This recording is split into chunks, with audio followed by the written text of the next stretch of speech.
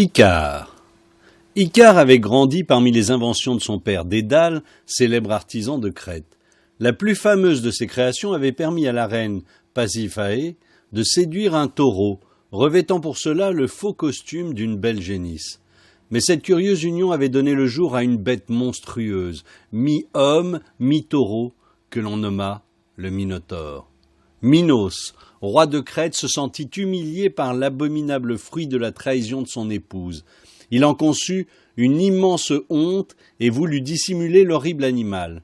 Il fit appel à Dédale qui, après avoir aidé la reine, vola donc au secours du roi. Celui-ci lui demanda de construire un labyrinthe afin d'y enfermer le Minotaure. Convaincu du talent de son illustre architecte, son indignation fut quelque peu apaisée. Après des jours d'intense labeur, Dédale déposa enfin ses plans et fit débuter les travaux. Le labyrinthe était l'une de ses plus ingénieuses, mais aussi la plus inquiétante de ses inventions. Il consistait en une interminable suite de détours et de lacets qui rendait impossible à quiconque y pénétrait d'en trouver l'issue. Ainsi, le Minotaure y fut complètement pris au piège. Ses rugissements s'élevaient au-dessus des hautes murailles et son ombre terrifiante arpentait sans fin les méandres de son vaste enclos. Pour calmer ses excès déchirants de rage, Minos devait lui livrer de la chair humaine. Puisqu'il ne pouvait sacrifier ses citoyens, il ordonna aux Athéniens, qu'il avait vaincus lors d'une précédente expédition, de lui livrer 7 jeunes hommes et autant de jeunes filles afin de les donner en pâture au Minotaure. Les jeunes gens qui avaient eu écho de cette effrayante bête pénétrèrent apeurés dans le labyrinthe. C'est alors que Thésée, héros célébré et reconnu de tous, décida de mettre un terme au massacre et se rendit en Crète. Minos accueillit le jeune homme avec mépris et l'écouta distraitement, convaincu qu'il n'avait aucune chance de sortir vivant du labyrinthe. Mais Ariane, la ravissante fille du roi, apercevant le beau jeune homme, en tomba amoureuse. Elle ne souhaitait pas voir son nouvel amant succomber sous les griffes du redoutable monstre et alla implorer Dédale afin qu'il lui vienne en aide. Celui-ci la convainquit de nouer au poignet de Thésée un long fil qui se déroulerait derrière ses pas, lui indiquant le chemin qu'il aurait à emprunter pour retrouver la sortie.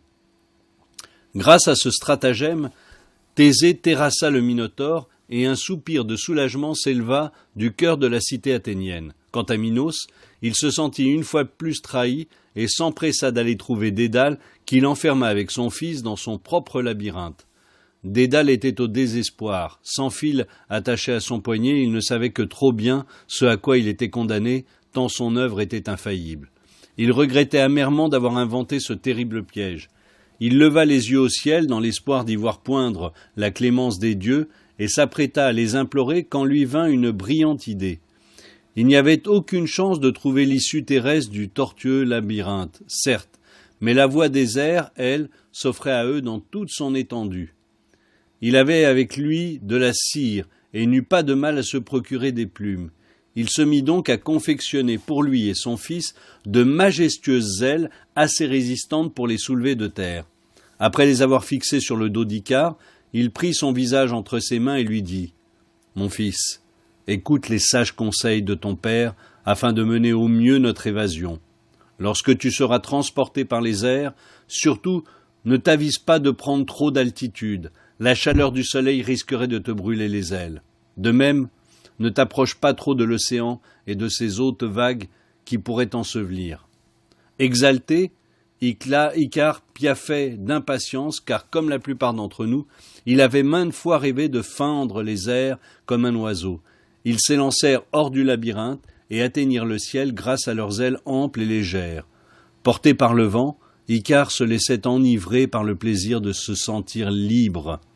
Le père et le fils volèrent ainsi un long moment, surplombant les sublimes paysages de la Grèce, mais lorsqu'ils atteignirent le détroit qui les séparait de l'Asie mineure, Icare ne put résister à son désir et désobéit aux sages paroles de son père. Grisé par le goût de la liberté, il s'élança vers les hauteurs. Il s'approcha dangereusement du soleil et n'entendait pas les cris désespérés de son pauvre père qui percevait trop bien ou risquait de le mener son imprudence. Icare jouissait de sa puissance aérienne et, prenant de plus en plus d'altitude, se pensait l'égal des oiseaux. Mais, ne résistant pas à l'intense chaleur de l'astre, la cire de ses ailes se mit à fondre, et le jeune garçon fut précipité dans le vide avant de plonger dans la mer qui porte aujourd'hui son nom. Dédale, fou de douleur, alla repêcher le corps sans vie de son fils.